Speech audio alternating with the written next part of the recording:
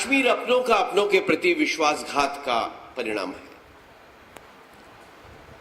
कश्मीर सत्तातुर लोगों की रीढ़हीन नीतियों और भारत में रह रहे अभारतीय मानसिकता के लोगों का परिणाम है। कश्मीर देशभक्तों के विरुद्ध देश से निरपेक्ष लोगों के सत्ता में आने का परिणाम है। कश्मीर हम सब की मिलीजुली निष्क्रियता पूरे भारत की सामूहिक संवेदनहीनता का परिणाम है। इसमें कोई पार्टी अलग नहीं है। कश्मीर इस बात का प्रमाण है कि किस प्रकार से एक देश इतना दब्बू डरपोक वोटों के लिए राष्ट्रीय हित बेचने के लिए जब तैयार हो जाता है तो उसमें से कश्मीर समस्या का जन्म होता है। कोई समस्या ही नहीं थी। महाराजा हरि सिंह ने विलय पत्र पर हस्ताक्षर कर दिए। रिवोकेबल इंस्ट्रूमेंट ऑफ एक्सेशन है वो, जो संविधान में है।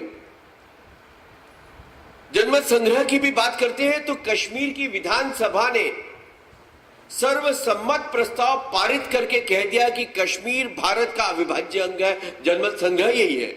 वहां के लोक प्रतिनिधियों ने वहां की विधानसभा में सर्वसम्मत प्रस्ताव पारित कर दिया। भारत की संसद ने सर्वसम्मत प्रस्ताव कर दिया कि अगर एकमात्र कोई विषय कश्मीर के बारे में छूटा है जिसका समाधान करना है तो यह है कि जो पाकिस्तान और चीन ने अवैध रूप से कश्मीर अपने कब्जे में जमाया हुआ है उसको वापस लेना है। उसके बाद क्या दिक्कत है? उसके बाद दिक्कत यह है कि कश्मीर के बारे में दिल्ली समाधान चाहती ही नहीं। कश्मीर की समस्या श्रीनगर में नहीं है, कश्मीर की समस्या दिल्ली में है।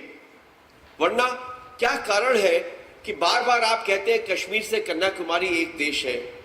आप 19 फरवरी 1994 का भारत के सभी दलों द्वारा सर्वसम्मत किया हुआ प्रस्ताव दीवार पर लटकाते हैं जिसमें कहा गया है कश्मीर भारत का अविभाज्य अंग है और एकमात्र समस्या जो विद्यमान है वो यह है कि जो पाकिस्तान और चीन के कब्जे में कश्मीर है वो वापस लेना है।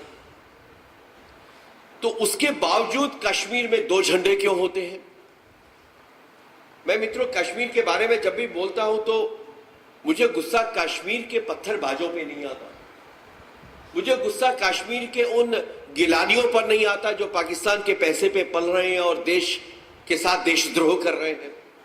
मुझे गुस्सा उन पर आता है कि जो देश की संसद में जाते हैं, दिल्ली चलाते हैं, दिल्ली के सुल्तान बनते हैं और उसके बाद भी जब उनकी एम्बेसडर गाड़ियां श्रीनगर में पहुंचती हैं तो उनकी गाड़ियों के एक बाजू में तिरंगा झंडा होता है और दूसरी बाजू में जम्मू कश्मीर का लाल रंग का झंडा होता है। किस मन के साथ वे उस गाड़ी में बैठते हैं, मैं उनसे सवाल करता हूं।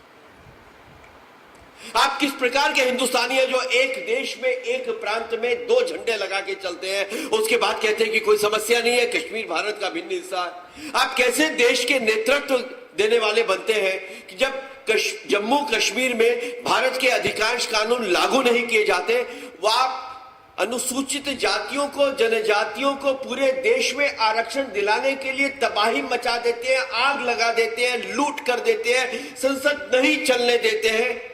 जम्मू कश्मीर में अनुसूचित जातियों और जनजातियों को आज तक एक भी आरक्षण नहीं मिला है। आप सन्नाटा ओढ़कर खामोश रहते हैं। ये कानून वहां लागू ही नहीं होता है।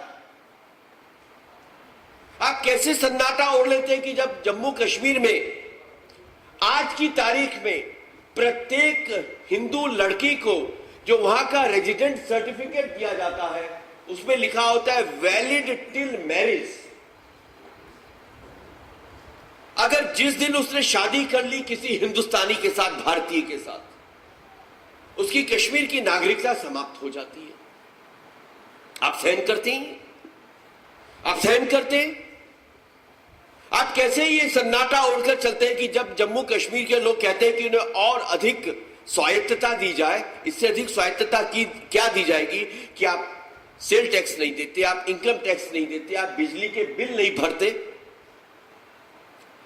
जम्मू कश्मीर भारत कि लोगों की उपेक्षा और आलस्य का परिणाम इसलिए है क्योंकि हम जानते ही नहीं है कि 85% जम्मू कश्मीर तिरंगे के साए तले जनगण मन गाता है।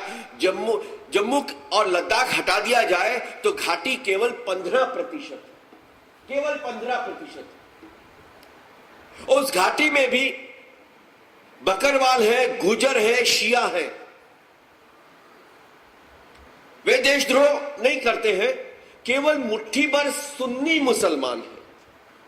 15% में भी मुट्ठी भर सुन्नी मुसलमानों का आप जम्मू पे शासन चलाते हैं, आप लद्दाख पर शासन चलाते हैं, आप घाटी के देशभक्तों पर शासन चलाते हैं। आप कल्पना करके देखिए कि 85% हिस्से का क्या कोई व्यक्ति कभी जम्मू कश्मीर का मुख्यमंत्री बन सकता है?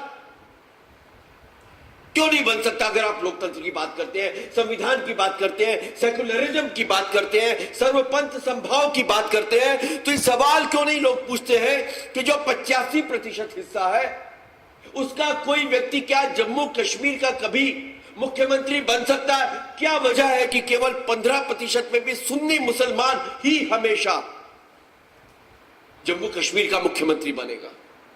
क्यों होना चाहिए ये? जम्मू कश्मीर में जो राजस्व बांटा जाता है वो अत्यंत अन्यायपूर्ण है। अब तक जो 37,000 करोड़ रुपए वार्षिक उनको केवल अनुदान दिया जाता है, वे केवल नालियों और गटर में जाता है। इस बात के लिए जाता है कि देशद्रोहियों को बल मिलता रहे।